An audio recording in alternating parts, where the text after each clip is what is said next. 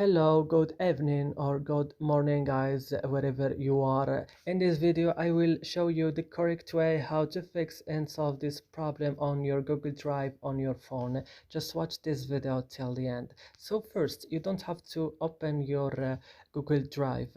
You go first and open the settings of your device or your phone. So after this, go directly to apps or applications. Here, as you see, we found all the applications that you have on your phone. You will search only for Drive or Google Drive.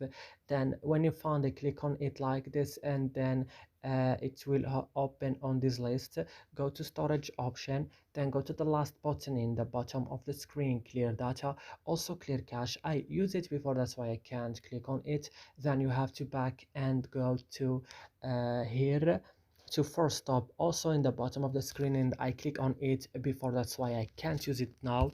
So, and after this, go to Play Store and update your Google Drive if it's not updated. And the last things is to restart in your phone, and after this your problem will be solved correctly 100% on your Google Drive on your phone. So that's it. I hope this video is helpful for you. Don't forget to like, also subscribe in our channel. If you have any question, you can write it down in comments, and see you in another videos.